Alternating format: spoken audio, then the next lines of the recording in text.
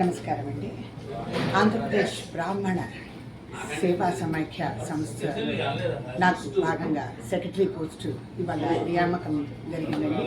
So దానికి గాను నేను చాలా సంతోషపడుతున్నాను. మెయిన్ ముఖ్యంగా బ్రాహ్మణ మహిళల అభివృద్ధి కోసమని మహిళలు పడుతున్న పాటలు పిల్లలకి ఈ చదువులు కానీ దేనికన్నా సహాయం చేయాలని నా మనస్ఫూర్తిగా నేను ముందంజ వేస్తానండి. ఈ అవకాశం ఇచ్చిన కోనేరు సతీష్ గారికి, సచివాలయ దుర్గా ప్రసాద్ గారికి, కమిటీ మెంబర్స్ అందరికీ నా ప్రత్యేక ధన్యవాదాలు అందజేస్తున్నాను. Thank you so much. గ్రామీణ ఫెడరేషన్ సెక్రటరీగా నన్ను నియమించినందుకు పెద్దలందరికీ కూడా ధన్యవాదాలు తెలియజేసుకుంటున్నాను. మరీ ముఖ్యంగా దేశంలో కన్నా మన రాష్ట్రంలో బ్రాహ్మణులు ఒక అణగారిన జాతిగా ఈ రోజున చూడబడుతున్నారు. అటువంటి పరిస్థితి నుంచి బ్రాహ్మణులని ఆర్థిక, రాజకీయ, సామాజిక పరంగా అభివృద్ధి పదంలో నడపడం కోసం మా వంతు కృషిగా మేము చేస్తూ ఈ రోజు ఉన్నటువంటి రాజకీయ చట్రంలో బ్రాహ్మణులు కనుమరుగైపోతున్న పరిస్థితి అయితే ఉన్నది.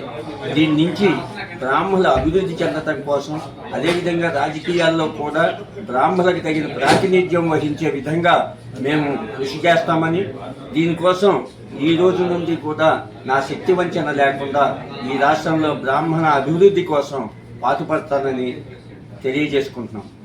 విధంగా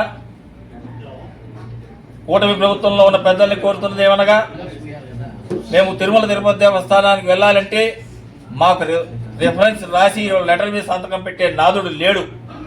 మేము మిమ్మల్ని కోరుతుంది ఒకటే, మాకిమ్మని వాళ్ళకిమ్మని మేము రికమెండ్ చేయం.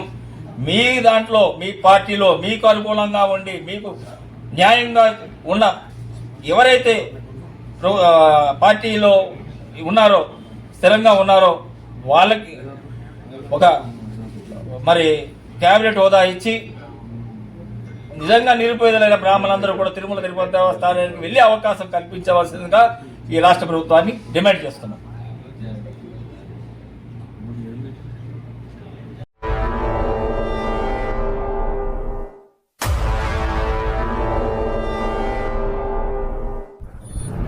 ప్రజా టీవీ, ప్రజాపక్షం, ప్రజల కోసం మీ సమస్యను ప్రజా టీవీకి తెలపండి.